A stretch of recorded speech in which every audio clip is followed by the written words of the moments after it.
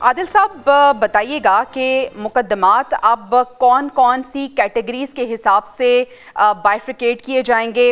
वो मामला जो हमें आसान लग रहा था, लेकिन ऐसा लग रहा है कि मामला तो पेचीदगी की तरफ जा रहा है और एक नया आईनी बहरान पैदा होने वाला है। देखिए, सूरत हाल कुछ इसी तरफ डेवलप होती हुई नज़र आ रही है, लेकिन हुकूमत ने जो दो चीज़ें अचीव करनी थी, एक तो उन्होंने चीफ जस्टिस का जो है वो जो अचीव किया कि मंसूर अली शाह और जस्टिस मनीब साहब को जो है वो साइड लाइन करने में कामयाब हो गए। उनके हवाले से उनके बहुत सारे तहफ़्फ़ुज़ात थे और माजी के कुछ फ़ैसले जो है वो यकीनी तौर पर ऐसे थे जिसकी वजह से हुकूमत का ख्याल था कि अगर ये दोनों हजरात चीफ जस्टिस, और ये कंटिन्यूटी में थे, पहले जस्टिस मंसूर आते फिर मुनीब अख्तर आते, तो एक कंटिन्यूटी में हुकूमत को प्रॉब्लम्स फेस करनी थी, जो हुकूमत ने एक 26वीं आईनी तरमीम के तहत अपना मकसद हासिल कर लिया और चीफ जस्टिस याहिया अफरीदी को जो है लगाने में कामयाब रही। अब जो सूरत हाल डेवलप हो रही है, जो अगला मरला है वो तो है आईनी जो बेंच है उसके लिए 13 रुकनी जुडिशल कमीशन जो है वो है, और उसमें अक्सरियत चूँकि हुकूमत की है तो इसलिए कभी इम्कान तो यही है हुकूमत अपनी मर्ज़ी के जो 5 जज हैं इस बेंच के अंदर लाने में कामयाब हो जाएगी। लेकिन इस वक्त जो जस्टिस याहिया अफरीदी के हवाले से जो एक ख्याल था, जो बज़ाहिर लग रहा था कि वकला तंजीमों की तरफ से कोई एहतजाज आएगा या जजेस की तरफ से कोई रिएक्शन आएगा, उस तरह का रिएक्शन तो कोई नज़र नहीं आया। लेकिन जजेस ने एक काम ज़रूर किया है कि कल 4 केसेस जो है मुख्तलिफ अदालतों से जो है वो आईनी अदालत को भेजे गए, आईनी बेंच को भेजे गए, और आज भी एक केस जो है वो आईनी बेंच को भेजा गया। अब मसला ये है कि आईने पाकिस्तान जो है वो बहुत सारी चीजों में रिफ्लेक्ट करता है, बहुत सारे केसेस में रिफ्लेक्ट करता है, लेकिन अपने ग्रजेस निकालने का ये तरीका अपनाया गया है।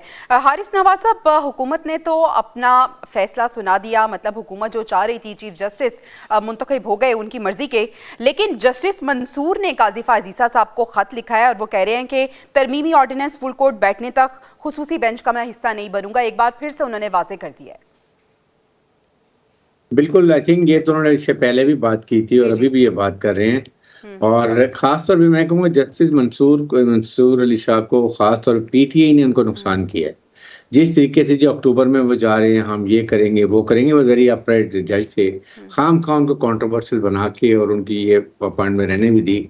लेकिन अभी काफी प्रॉब्लम्स होंगी डेफिनेटली, क्योंकि जब नया एक तरमीम आती है और 26 तरमीमी आईनी जब कोर्ट एक बेंच बनेगा, तो उसमें एक तो बड़ी क्लियर बात है कि वो जाहिर है कि जस्टिस कमीशन में हुकूमत की मेजॉरिटी अपनी मर्जी के बना लेंगे। लेकिन इशू ये है कि आज राना सनाउल्लाह साहब ने बड़ा क्लियर कह दिया कि उसमें मंसूर शाह नहीं होंगे, उसमें या अमीनुद्दीन जज हो सकते हैं और या मंदोखेल साहब हो सकते हैं। आई थिंक ये राना सनाउल्लाह को देखें कह के आपने जुडिशल कमीशन की जो अथॉरिटी है, उनकी फेयरनेस उनकी जो थी, वो बात खत्म करके रख दी है। इस लिहाज से हमारे पॉलिटिशियंस को they have to very careful, why should you say कि जी वो नहीं होंगे और नाउ ये let the judicial commission decide.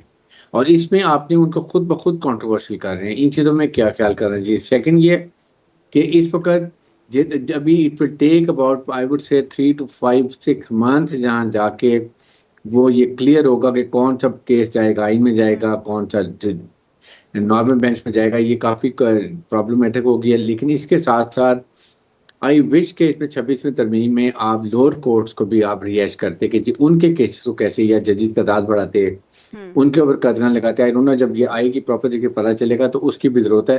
But overall I think अब ये जो जज बन गए chief justice Pakistan, everybody should accept it, उनके हमें कोई डाउट नहीं करना चाहिए। ऐसे ही नैनी के सब उनको तो एक्सेप्ट करना ही पड़ेगा। काकानी साहब, आपको लगता है कि मंसूर अली शाह जो हैं उन्हें काजी फायजीसा की पॉलिसी से कुछ इख्तलाफ था? अपने खत में भी उन्होंने जिक्र किया है कि लोग हमारे अमाल को देख रहे हैं, तारीख कभी माफ नहीं करेगी। किस कॉन्टेक्स्ट में वो ये कह रहे हैं?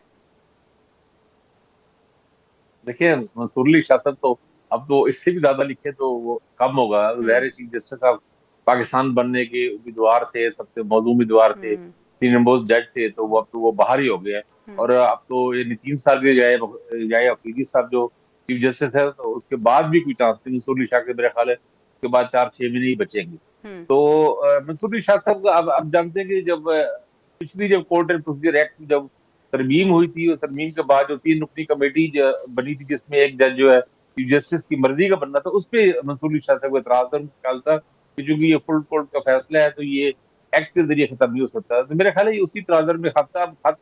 अब तो काजी साहब का ख्याल कल लास्ट डे ही है, तो लेकिन बाहर उन्होंने अपने एक जो भी एक उनका अपना पॉइंट ऑफ व्यू था, पॉइंट ऑफ व्यू उन्होंने जाहिर किया है।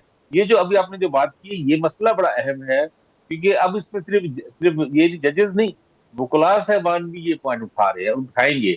होगा ये कि किसी केस में किसी वकील ने अगर टाइम गेन करना हो तो वो ये लॉ फॉर्म उठा देगा कि ये तो आइन की इंटरप्रिटेशन का मामला है, तो इसको इस बेंच को भेजा जाए, क्योंकि उन्होंने पता है कि उस बेंच में जाएगा और फिर दोबारा नंबर लगने में कई महीने का उनको मोहलत मिल जाएगी। तो ये इस तरह के हरबे वुकला साहबान भी इस्तेमाल करते हैं केस को लंबा करने खातिर, टाइम गेन करने खातिर, किसी उनके मुखालफाना फैसला अगर आ रहा हो उससे बचने की खातिर। तो ये हरबे ये चीजें होंगी, मेरा ख्याल कुछ अर्सा लगेगा इसको सेटल होने में। लेकिन ये जो ब्रिगेडियर साहब ने बात की कि राना सनाउल्लाह ने ये बात कह के कभी अगले कौन हो सकते हैं, ये वाकई एक गैर जिम्मेदार बयान था। लेकिन बात ये है कि हकीकत उन्होंने बयान कर दी है, ये हकीकत थी। और आप देखें ना, ये जो तरमीम की गई है, आपसे एक तो मैं ये जानना चाहूंगी कि अब मामला जिस तरह से हम देख रहे हैं, कहा यह गया था आईनी बेंच का कयाम इसलिए किया गया है ताकि केसेस जल्द से जल्द सुने जाएं, डिवाइड किया जाए केसेस को। एक तो ये बताएगा कि अब कौन डिसाइड करेगा कि कौन से केसेस आईनी बेंच सुनेगा, कौन से केसेस सुप्रीम कोर्ट सुनेगी। और दूसरा, आइन का जो आर्टिकल 184(3) है जिसके तहत चीफ जस्टिस के पास पावर मौजूद थी, अब वो पावर भी जा रही है आईनी बेंच के पास। हमें आइन के आर्टिकल इस 184(3) के बारे में बताइएगा प्लीज। जी, 180 जो पहली बात है जो 184(3) है ये एक ऐसी ही पावर है जो जैसे माजी में सदर ममलिकत के पास 58(2)(b थी। पहले सदर ममलिकत इस इख्तियार को इस्तेमाल करते थे हुकूमतों को घर भेजने के लिए। बाद में जो जुडिशल एक्टिविज्म हुआ उसके ऊपर फिर अदलिया ने ये इख्तियार इस्तेमाल करना शुरू कर दिया। और बहुत सारे मौके ऐसे भी आए कि उन्होंने आइन को ही रीराइट कर दिया। जैसे 63A के फैसले के ऊपर हमेशा से तहफ़्फ़ुज़ात थे।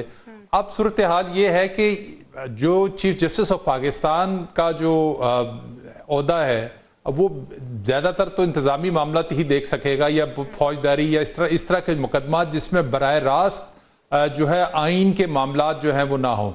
अब सबसे इम्पोर्टेंट जो अगला मामला आ सकता है जब फौजी अदालतों का मामला है जो सुप्रीम कोर्ट ऑफ पाकिस्तान में ज़ेर इल्तवा है, जब वो ज़ेर समात आएगा तो यकीनी तौर पर वो फिर आइनी अदालत की तरफ ही रेफर होगा, क्योंकि वो आइन से मुतसादम जो है उसको करार दिया जा रहा है। तो अगर वो आइनी अदालत में चला जाता है और वहाँ से फौजी अदालत बनाने का जो हुक्म आ जाता है तो ये आने वाले दिनों में सियासी जो मामला हैं उसमें बड़ा उसका असर होगा। दूसरी चीज़ ये है कि अभी मंसूर अली शाह और जस्टिस मुनीब दोनों सीनियर जज सुप्रीम कोर्ट ऑफ पाकिस्तान में जो है मौजूद हैं। जस्टिस याह्या अफरीदी के चीफ जस्टिस बनने के बाद इन दो जजेस ने क्या फैसला करना है, वो कंटिन्यू करते हैं या फिर वो इस अदलिया से रुखसत चाहेंगे, ये तो अभी आने वाले 1-2 दिन में पता चल जाएगा। लेकिन जो कमेटी है जिसने जो है केसेस डिसाइड करने हैं, बेंच बनाने हैं, उसमें मंसूर अली शाह तो मौजूद हैं ऑलरेडी। सिर्फ जस्टिस मुनीब के हवाले से काजी फैज़ ने अपनी रिजर्वेशन दी थी,